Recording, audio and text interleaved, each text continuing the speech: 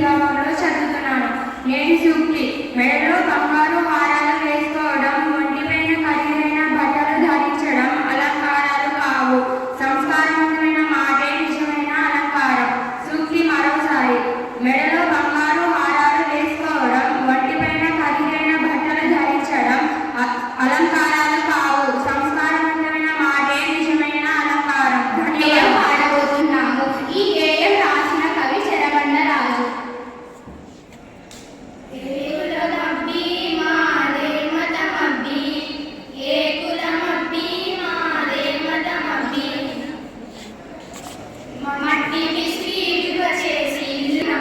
మట్టి పిసికి ఇటుక చేసి ఇల్లు కట్టు